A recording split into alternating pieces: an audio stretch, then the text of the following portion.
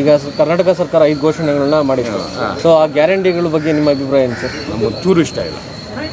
ಅವಶ್ಯಕತೆ ಇದೆ, ಏನು ಅವಶ್ಯಕತೆ ಇದೆ, ಏನು ಗ್ಯಾರಂಟಿ ಬೇಕು? ಈಗ ಎಷ್ಟು ಸಾಲ ಆಗಿದೆ ಅಂತ ನಿಮ್ಗೆ ಗೊತ್ತಿದೆ? ನಿಮಗೆ ಒಬ್ಬರ ಮೇಲೆ ಎಷ್ಟು, ಒಬ್ಬ ಮನುಷ್ಯನ ಮೇಲೆ, ನನ್ನ ಮೇಲೆ ಎಷ್ಟಿದೆ ಅಂತ ಗೊತ್ತಿದೆ ನಿಮಗೆ?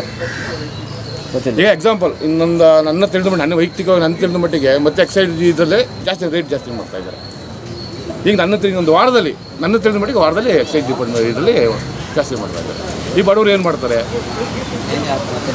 ಏನು ಮಾಡ್ತಾರೆ? ನೀವೇ ಏನು ಮಾಡ್ತಾರೆ ಬಡವರು? ಸಾಲ ಮಾಡಲೇಬೇಕಾಗತ್ತೆ. ಮತ್ತೆ ಏನು ಇಲ್ಲಿ ಕಿತ್ತಿ ಅಲ್ಲಿ ಕೊಡೋಕೆ ಇವರೇ ಬೇಕಾ?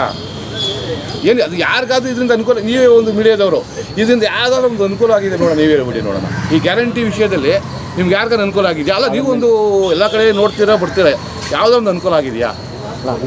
ಅನುಕೂಲ ಇರ್ಬೋದು, ಬಸ್ ಅನುಕೂಲ ಆಗಿರ್ಬೋದು, ಅದು ದೊಡ್ಡ ವಿಷಯ ಅಲ್ಲ. ಇವಾಗ ನಾವೇ ತಾನೇ ಕೊಡೋದು. ಹೌದು.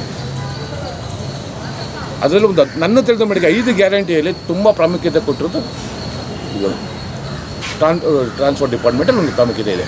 ನನ್ನದು 5 ಗ್ಯಾರಂಟಿಗಳಲ್ಲಿ ಪಾಪ ಗಾರ್ಮೆಂಟ್ಸ್ಗೆ ಹೋಗ್ತಾರೆ, ಇವ್ರು ಹೋಗ್ತಾರೆ, ಹೆಣ್ಮಕ್ಳಿಗೆ ಇದೊಂದೇ 5 ಗ್ಯಾರಂಟಿಯಿಂದ ಪ್ರಾಮುಖ್ಯತೆ. ಇದೊಂದೇ ಗ್ಯಾರಂಟಿ, ಇಷ್ಟ ಆಗಿದ್ದ ಗ್ಯಾರಂಟಿ ಇದೊಂದೇ.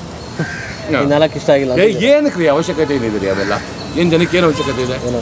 ನಿಮಗೆ 2,000 ಕೊಡ್ತೀನಿ ಅಂತ ಇದೆ, ಯಾರಿಗೆ ಗೊತ್ತಿದೆ? ನೀವು ನೋಡಿದ್ರೆ ಕೇಳಿದರೆ ನೀವು ತುಂಬ ಜನಕ್ಕೆ ಬರ್ತಿದೆ, ತುಂಬ ಜನ ಎಲ್ಲಿ ಸರ್? 105 ಜನಕ್ಕೆ ಬರ್ತಾ ಇಲ್ಲ ಸರ್. ಹೌದಾ? 105 ಜನಕ್ಕೆ ಒಂದು ಓದಿ ನೀವೇ ಇದು ಮಾಡಿ. ನನಗೆ ಗೊತ್ತಿಲ್ಲ, ನಾನು ಸುಮ್ಮನೆ ಒಂದು ಜನರಲ್ಲಾಗಿ ನಾನು ತಿಳ್ಕೊಂಡ ವಿಷಯ ನಿಮ್ಮ ಹತ್ರ ಮಾತಾಡ್ತಾ ಇದ್ದೀನಿ. ನಾವು ಸುಮ್ಮನೆ ಡಿಸ್ಕಷನ್ ಮಾಡಿದ್ರೆ. ಹೆಚ್ಚಿನ ವಿಡಿಯೋಗಳಿಗೆ ಪ್ರತಿಧ್ವನಿ ಯೂಟ್ಯೂಬ್ ಚಾನೆಲ್ ಸಬ್ಸ್ಕ್ರೈಬ್ ಮಾಡಿ, ಬೆಲ್ ಐಕಾನ್ ಕ್ಲಿಕ್ ಮಾಡಿ.